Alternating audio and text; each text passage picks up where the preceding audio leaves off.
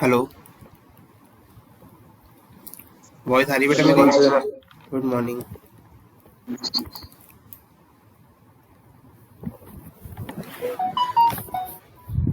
Last class में मैंने आपको एक होमवर्क दिया था, क्वेश्चन सॉल्व करने दिया था, हो गया सॉल्व?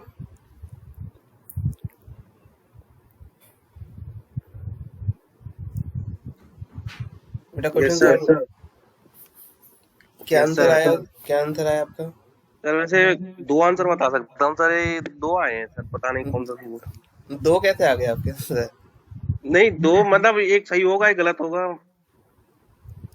चलिए बताइए। ये आया, एक तो पहला ये आया, मतलब एक तो 1.49 सही है सर।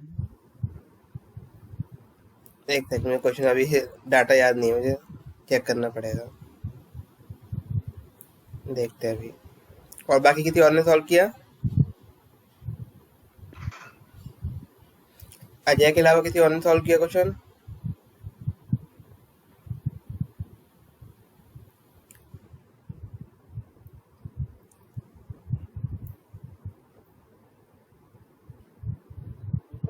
हम्म।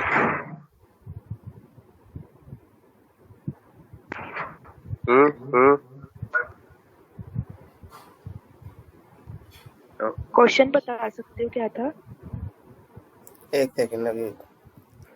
आप लोगों को स्क्रीन दिखाई दे रही है? नहीं सर।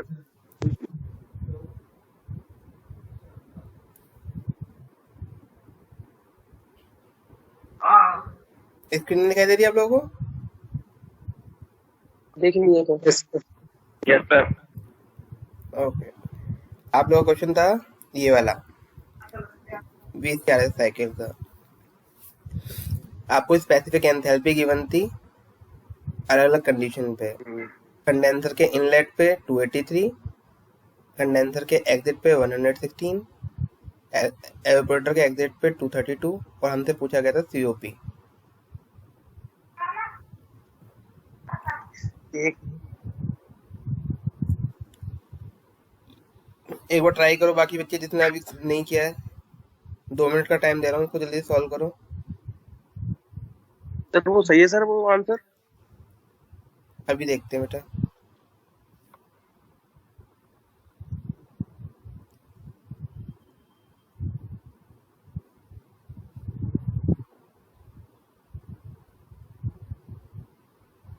आपने किया कैसे, प्रोसीजर बताइए। आंसर तो उनमें थोड़ा बहुत चेंज हो सकता है, कैलकुलेशन मिस्टेक हो सकती नहीं है। नहीं नहीं, प्रोसीजर वहाँ बताइए। एक और है सर, 0.69 है। प्रोसीजर बताइए आप, कैसे किया सब? जीरो प्रोसीजर पॉइंट सिक्स 0.69 तो नहीं होगा खैर। नहीं होगा। एक मिनट सर, जो इनलेट, जो कंडेंसर में जो इनलेट दे रखा है वो तो 283 है, चलो। वो कौन सी एंथैल्पी है? एंथैल्पी नंबर बताइए। आपको वो H1 H2 H3 H4 एक बताया था मैंने। S2 है, S2। ठीक है, बिल्कुल सही है। और जो एग्जिट ऑफ कंडेंसर है वो S3 है। Very good.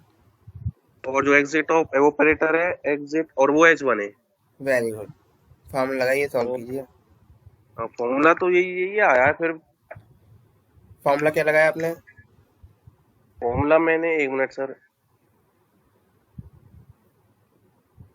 एक मिनट सर। हम्म। ये है sir, H1 minus S3 upon S2 minus S1। Very good. फिर तो सर यही है, 0.69 ही आया है सर फिर तो।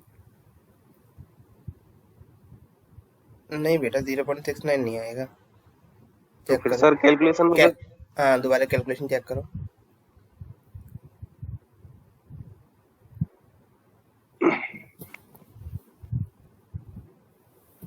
बाकी बच्चे जल्दी सॉल्व करके आंसर बताओ।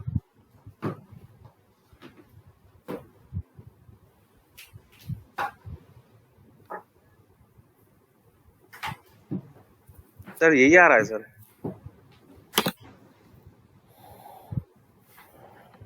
ओके, न्यूमरेटर में बताइए आप, क्या न्यूमरेटर में क्या है तुम्हारा? न्यूमरेटर में एक न्यूमरेटर में 116 upon 167। How is it possible बेटा? न्यूमरेटर में आपने सर किया 232 माइनस 116 किया, तो आपका 116 आ गया न्यूमरेटर में। न्यूमरेट, हाँ ठीक है सर, ये तो आ गए न्यूमरेटर में। अब डिनोमिनेटर में चेक करो, 283 माइनस 232। कितना आएगा? 283 में सर 232 क्यों होगा? वो तो 116 होगा। बेटा 116 क्यों होगा? H2 माइनस H1 करोगे ना डिनोमिनेटर में। तो H1 तो, अरे एक देखने मिनट में सर, आई? एक मिनट सर, एक मिनट। अरे हाँ सर, सही है सर।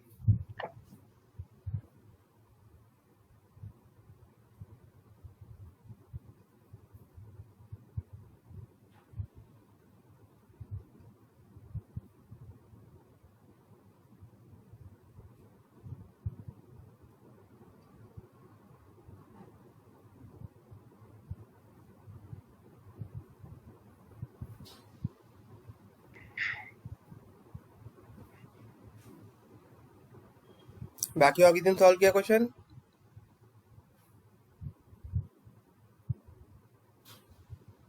Uh, 2.2. 2.2। आंसर सही है ओके, सर, 2.27 आ रहा है। Very good.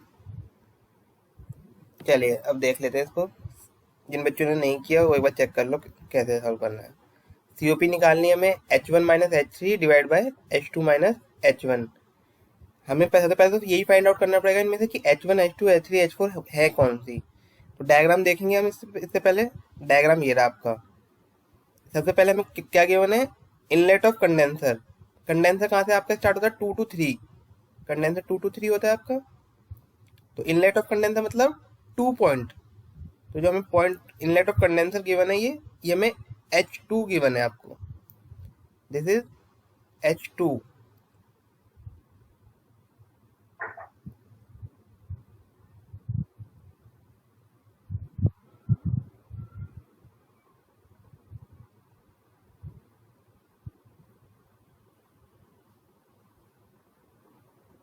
Okay, then exit of condenser. Condenser कौन सा प्रोसेस? 2 to 3। तो एग्जिट ऑफ कंडेंसर कौन सा होगा? H3। And rest is exit of evaporator. Evaporator कौन सा प्रोसेस होता है? 4 to 1 होता है एवापोरेटर। और एग्जिट ऑफ एवापोरेटर मतलब 0.1 गिवन है हमें। H1 गिवन है ये। तो सबसे पहले मार्क कर लो इसके आगे कौन कौन सी एंथैल्पी गिवन है हमें। This is H2, this is H3 and this is H1। इसको मार्क कर लो पहले, H2 H3 H1। उसके बाद हम क्वेश्चन सॉल्व करेंगे, वैल्यूज रख देंगे। फॉर्मूला हमारे पास है ही H1 minus H3 divide by H2 minus H1। H1 क्या है? 232 माइनस 116 डिवाइड बाय 283 माइनस 232। तो आपका न्यूमरेटर में हो गया 116, डिनोमिनेटर में हो गया 51। डिवाइड करोगे आप, सॉल्व करोगे तो आपका आंसर आ जाएगा 2.274। मैच कर गया आपका सबका आंसर? Yes sir. चलिए अब आगे करते हैं सॉल्व। VCRS हमारा हो गया। अब नेक्स्ट है हमारा सिस्टम VARS। देखो दोनों में डिफरेंस क्या है। VCRS में हमारा था वेपर कंप्रेशन रेफ्रिजरेशन सिस्टम, मतलब उसमें कंप्रेशन यूज हो रहा था, कंप्रेसर यूज हो रहा था। ठीक है, यहाँ पे हम कंप्रेसर को हटा देंगे। यहाँ पे हम यूज कर रहे हैं सिस्टम एब्जॉर्प्शन सिस्टम यूज कर रहे हैं, प्रॉपर्टी। अब देखो कंप्रेसर हटाने का क्या रीजन है। कंप्रेसर जो होता है, आपको जैसे आप कोई फ्रिज खरीद के आते हो, तो फ्रिज में जो आप कंसीडर आपने 20,000 का 20,000 का एक फ्रिज खरीदा, तो उसमें 10 to 12,000 की जो कॉस्ट होती है वो आपकी कंप्रेसर की होती है। मतलब सबसे कॉस्टली आइटम क्या है फ्रिज के अंदर? कंप्रेसर। ठीक है, तो हमने इसमें इस सिस्टम को चीप बनाने के लिए, रेफ्रिजरेशन सिस्टम को चीप बनाने के लिए, कॉस्ट इफेक्टिव बनाने के लिए हमने क्या किया? कंप्रेसर को हटा दिया। ठीक है, अब कंप्रेसर को हटा के हमने यूज क्या क्या किया? कंप्रेसर को हटा के हमने यूज किया है एक एब्जॉर्बर यूज किया है।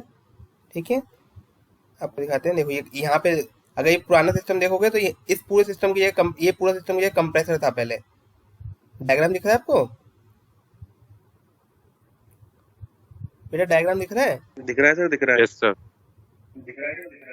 हाँ, तो VCRS को आप इससे कंपेयर करोगे, VCRS को VARS से, तो बस यही फर्क है। जो ये वाला जो डॉटेड डॉटेड लाइन का जो हमने रेक्टेंगल बना रखा है, इसकी जगह हमारा कंप्रेसर था, बाकी पूरा सिस्टम सेम था हमारा।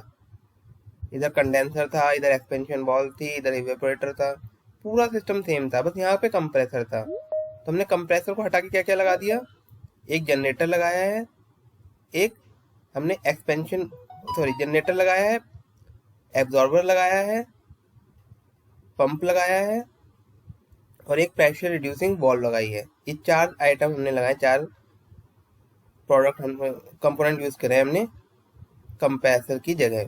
ठीक है, अब इसमें समझ लेते हैं, थोड़ा सा इसको पढ़ लेते हैं क्या लिखा है हमने। VARS is one of the oldest method of producing refrigeration effect. Ammonia is commonly used in as refrigerant in VARS system. जो हम VARS सिस्टम यूज कर रहे हैं उसके अंदर रेफ्रिजरेंट कौन सा यूज करते हैं हम, मोस्टली अमोनिया।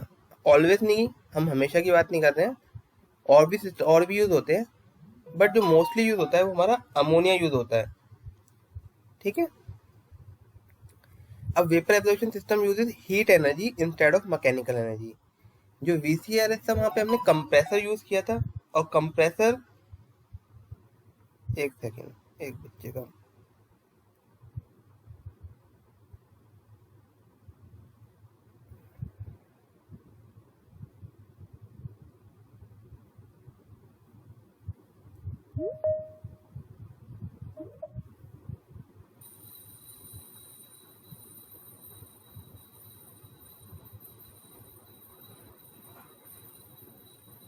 चलिए।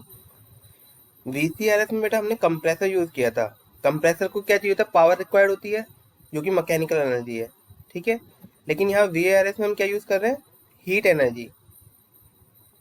VARS में भी मैकेनिकल एनर्जी यूज होती है पंप को चलाने के लिए, लेकिन वो जो पंप को चलाने के लिए जो पावर चाहिए वो बहुत कम होती है एज कंपेयर टू कंप्रेसर। ठीक है, कंप्रेसर को रन कराने के लिए हमें पावर बहुत ज़्यादा चाहिए, जबकि पंप को रन कराने के लिए पावर बहुत मिनिमम चाहिए, बहुत ही मिनिमम। ठीक है, तो मेन जो सोर्स ऑफ एनर्जी है यहाँ पे यूज हो रहा है वो हीट एनर्जी यूज हो रही है वर्क डन की जगह। ठीक है, और इसको हम डोमेस्टिक पर्पज के लिए भी यूज कर सकते हैं और इंडस्ट्रियल पर्पज के लिए भी यूज कर सकते हैं। यहाँ तक आप नोट कीजिए, फिर इसको और क्लियर करते हैं।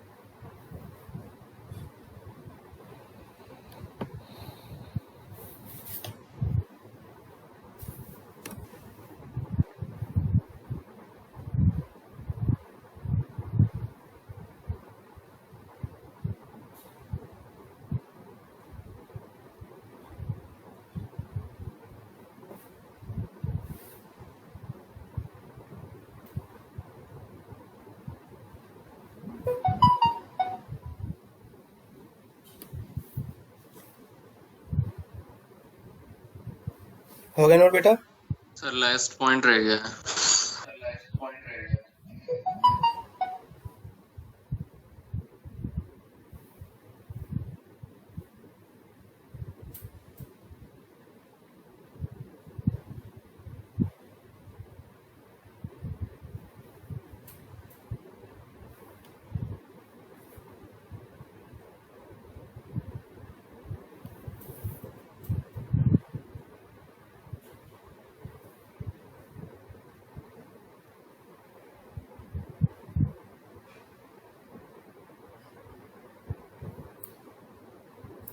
सर थर्ड पॉइंट को एक बार बताना सर।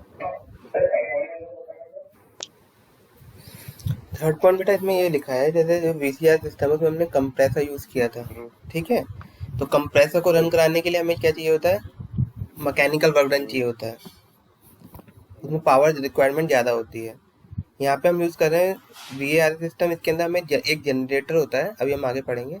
तो उसको उसमें हमें हीट प्रोवाइड करनी पड़ती है, वो हम हीट कहीं से भी यूज़ कर सकते हैं, कोई सी भी हीट हो सकती है, वो हीट हम प्रोवाइड करते हैं।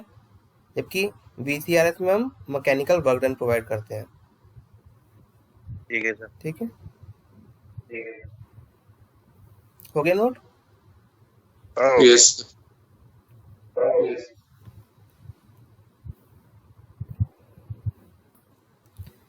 चलिए इसको डायग्राम को और बना लीजिए, फिर समझाता हूँ कैसे क्या प्रोसीजर किस तरीके से फंक्शन होगा।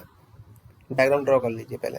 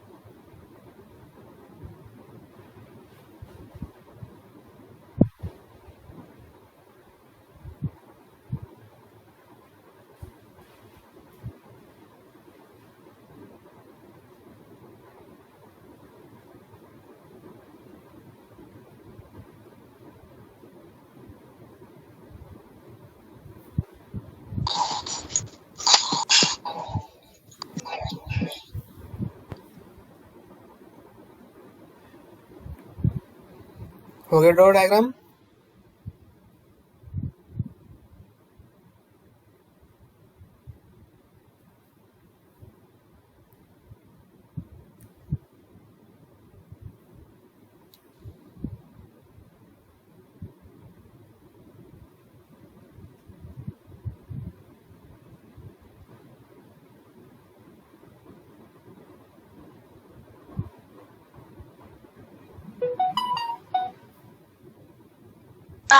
हो गया सर।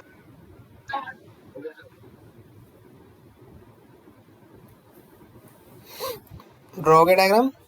Yes sir.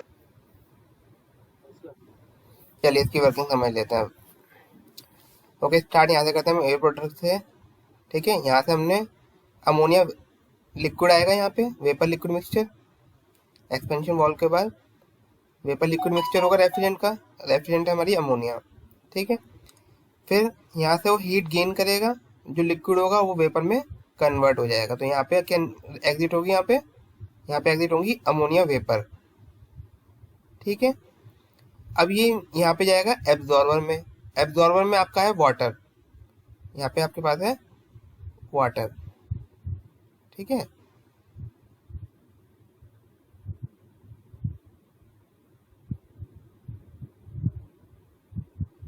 एब्जॉर्बर में आपके पास वाटर है। तो ये वेपर जो होंगी अमोनिया वेपर, अमोनिया की प्रॉपर्टी होती है वो वाटर के अंदर मिक्स हो जाता है। ठीक है, तो यहाँ पे वो वाटर में मिक्स हो जाएगा, एब्जॉर्ब हो जाएगा। अब यहाँ पे हीट रिलीज होगी जैसी वाटर से, क्योंकि यहाँ वेपर है, वेपर जैसे ही वाटर के साथ मिक्स होगी तो यहाँ पे हीट रिलीज हो जाएगी बाहर। ठीक है, उसके बाद पंप की हेल्प से जो अमोनिया वाटर मिक्सचर है, एक्वा अमोनिया सॉल्यूशन बोलते हैं, तो अमोनिया वाटर का जो मिक्सचर है उसको हम पंप कर देंगे जनरेटर में। ठीक है, हमने जनरेटर में इसको पंप कर दिया। अब बाहर से हम कोई हीट सोर्स यूज करेंगे इसको हीट करने के लिए। अब हीट सोर्स आपका कुछ भी हो सकता है। हीट सोर्स आपका सोलर हीट भी हो सकती है, हीट सोर्स आपकी कोई वेस्ट हीट भी हो सकती है। वेस्ट हीट मतलब जैसे साइलेंसर से जो हीट रिमूव होती है आपकी बाइक से, कार से, वो हीट को भी हम इसको यूज कर सकते हैं यहाँ पे। मतलब बस हमें हीट चाहिए इसको हीट करने के लिए। जो वाटर वेपर, वाटर और अमोनिया का जो मिक्सचर है उसको हीट करना है, उसमें से हमें वाटर को अलग करना है और अमोनिया को अलग करना है। मेन फंक्शन ये है हमारा। ठीक है, जैसे अब हम इसको हीट करेंगे तो क्या होगा, अमोनिया वेपर अलग हो जाएगी। तो अमोनिया वेपर क्या जाएगी? अब कंडेंसर में जाएगी। और यहाँ पे जो अमोनिया वाटर का मिक्सचर थोड़ा बहुत, मतलब जिसमें बहुत कम अमोनिया है, ठीक है, वीक अमोनिया सॉल्यूशन कहेंगे इसको हम। वीक अमोनिया सॉल्यूशन जिसके अंदर अमोनिया की परसेंटेज बहुत कम बची है, क्योंकि मेन अमोनिया था वो था वेपर बन के बाहर निकल गया, कंडेंसर में चला गया। थोड़ा बहुत इसमें अमोनिया बचा होगा वाटर के अंदर, तो वो क्या होगा, प्रेशर रिड्यूसिंग वाल्व की हेल्प से वापस एब्जॉर्बर में आ जाएगा वाटर, और जो थोड़ा बहुत अमोनिया इसके अंदर रह गया, वीक अमोनिया सॉल्यूशन जिसे कहेंगे हम। ठीक है, with the help of pressure reducing valve it will come back to the absorber. यहाँ पे वापस आ गया। अब यहाँ पे क्या गया? यहाँ पे सिर्फ गया अमोनिया वेपर। अमोनिया वेपर जाएंगी कंडेंसर में। तो फिर यहाँ पे कंडेंसर का काम क्या है? इसको लिक्विड में कन्वर्ट करना bye releasing it's heat, latent heat. तो वेपर को लिक्विड में कन्वर्ट कर देगा, लेटेंट हीट रिमूव हो जाएगी बाहर, हीट आउट। फिर अगेन सेम, यहाँ से फिर जो वेपर होगी वो एक्सपेंशन वॉल्व में एंटर करेगी, यहाँ प्रेशर कम हो जाएगा और यहाँ पे लिक्विड और वेपर का मिक्सचर अगेन एवेपोरेटर में एंटर हो जाएगा। इस तरीके से आपकी साइकिल कंटिन्यू चलती रहेगी। ठीक है, इसको नोट कर लो, ये जो हमने ट्रायंगल सा बना रखा है यहाँ पे, ये हमारा है pressure reducing valve. This is pressure reducing valve, ये जो है हमारा, ये this one, this is pressure reducing valve. Note कर लो इसे, pressure reducing valve.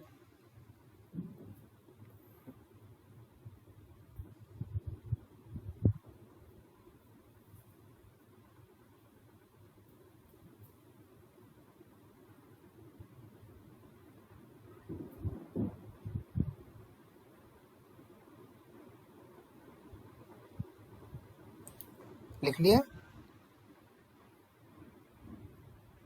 Yes sir. Pressure reducing valve के नीचे ब्रैकेट में लिख लो आप weak ammonia solution, weak ammonia solution,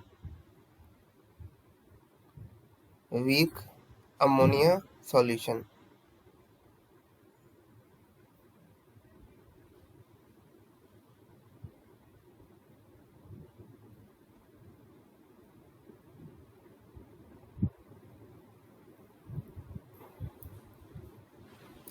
लिख लिया?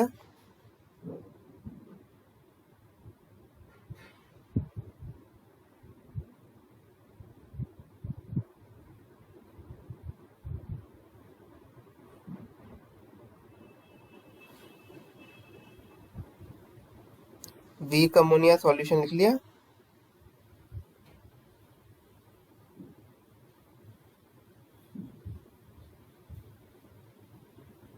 लिख लिया सर। इधर राइट साइड में पंप है आपका, पंप के नीचे लिखो ब्रैकेट में स्ट्रॉन्ग अमोनिया सॉल्यूशन। पंप है राइट साइड में, इसके नीचे ब्रैकेट में लिखो स्ट्रॉन्ग अमोनिया सॉल्यूशन। यहाँ पे लिखो स्ट्रॉन्ग अमोनिया सॉल्यूशन, ब्रैकेट में लिखो स्ट्रॉन्ग अमोनिया सॉल्यूशन।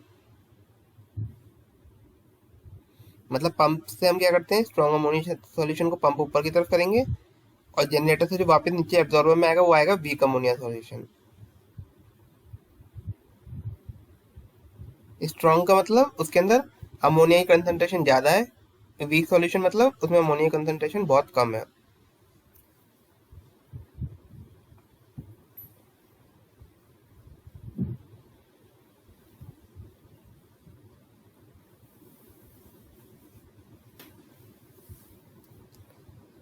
लिख लिया?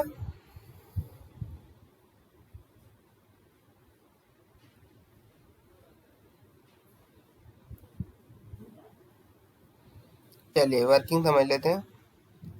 वर्किंग में क्या है, compressor is replace by absorber, pump, generator and a pressure reducing valve. ये भी हम बता चुके हैं आपको। In this system vapour effluent from evaporator is drawn into absorber. Absorber में वेपर जाती है, वहां पे वो एब्जॉर्ब हो जाती है किससे, वीक सॉल्यूशन ऑफ रेफ्रिजरेंट। ऊपर से वीक सॉल्यूशन आया तो नीचे हम मानते हैं एब्जॉर्बर के अंदर वीक सॉल्यूशन है, ठीक है। उसके संग मिलके स्ट्रॉन्ग सॉल्यूशन बन जाता है। स्ट्रॉन्ग सॉल्यूशन पंप किया जाता है जनरेटर में, जहाँ पे वो हीट किया जाता है किससे, by some external sources. External source कुछ भी हो सकता है आपका, उसकी हेल्प से इसको जनरेटर में हीट किया जाएगा।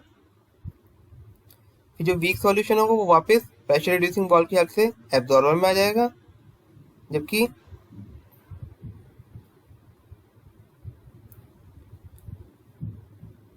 जो हमारा हीटिंग करने के बाद जो वेपर निकली है अमोनिया की, वो कहाँ चली जाएंगी, कंडेंसर में चली जाएंगी।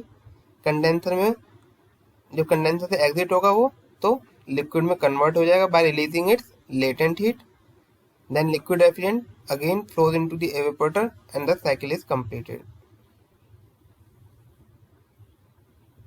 नोट करो इसको, वर्किंग को।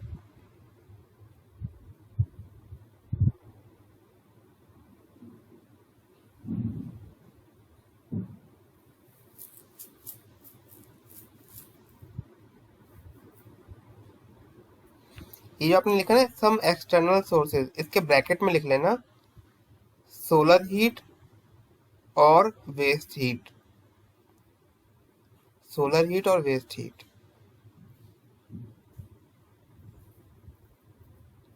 ये आपका एक्सटर्नल सोर्स है।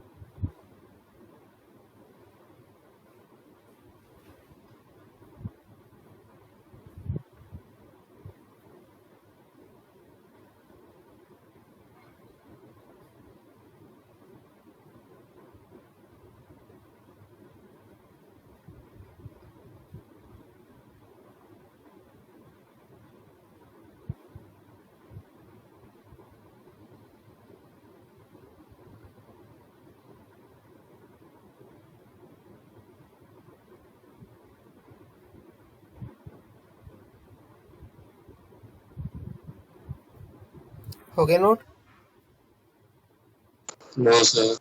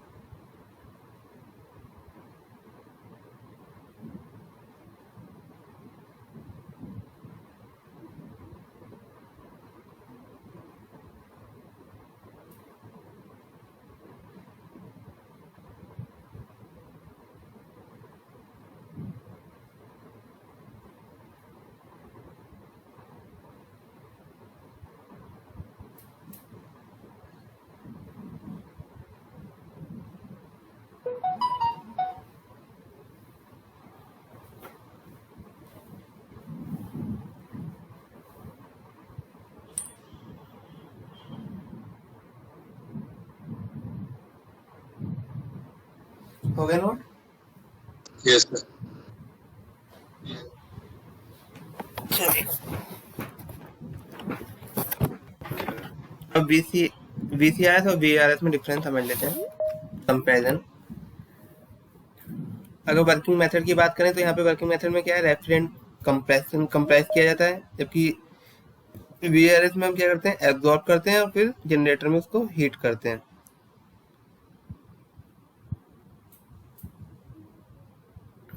ठीक है। एनर्जी सप्लाई यहाँ पे VCRS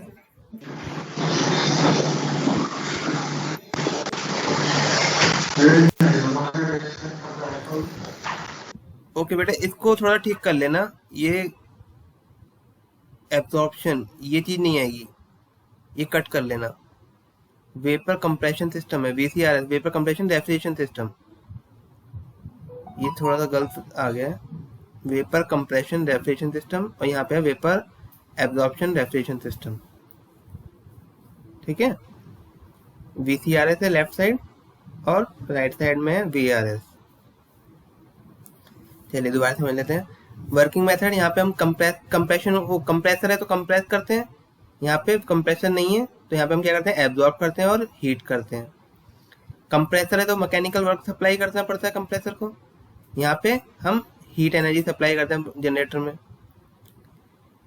अब क्योंकि यहाँ पे कंप्रेसर होता है, यहाँ पे पंप होता है, तो कंप्रेसर को रन कराने के लिए पावर रिक्वायरमेंट ज़्यादा चाहिए, जबकि पंप को वो रन कराने के लिए पावर रिक्वायरमेंट काफ़ी कम चाहिए। जो COP होगा, यहाँ पे हमारा COP जो आएगा वो काफ़ी ज़्यादा आएगा कंपेयर टू VRS सिस्टम, मतलब मोर देन 1 होगा VCRS में और इसमें लेस देन 1 होगा VRS में COP। क्योंकि COP ज़्यादा है मतलब ज़्यादा हम कूल कर सकते हैं, तो यहाँ पे जो ये होगा limited up to 1000 ton for single compressor, एक कंप्रेसर में 1000 टन तक यूज कर सकते हैं हम। ठीक है। लेकिन इसको हम 1000 टन से ज़्यादा की भी कर सकते हैं, depending on amount of heat we are supplying to the generator. Noise, compressor है तो नॉइज होगी, तो नॉइज ही है, ज़्यादा नॉइज होगा। इसमें पंप है तो उसकी नॉइज बहुत कम होगी एज कंपेयर टू कंप्रेसर, तो हम कह सकते हैं it is quite operation. Leakage high pressure होता है इसके अंदर तो लीकेज ज़्यादा हो सकती है, VARS में लीकेज ना के बराबर है। ऑपरेटिंग कॉस्ट, क्योंकि पावर रिक्वायरमेंट ज़्यादा है कंप्रेसर को रन कराने के लिए तो बिजली का बिल ज़्यादा आएगा आपका, तो ऑपरेटिंग कॉस्ट ज़्यादा होगी। यहाँ पे पंप है सिर्फ जो हमारा उससे चल रहा है, पावर से चल रहा है, तो यहाँ पे बिजली का बिल कम आएगा, तो इसलिए यहाँ पे हमारा ऑपरेटिंग कॉस्ट कम होगी। ठीक है, इसको भी नोट कर लो, बाकी हम नेक्स्ट क्लास में कंटिन्यू करेंगे। Yes sir.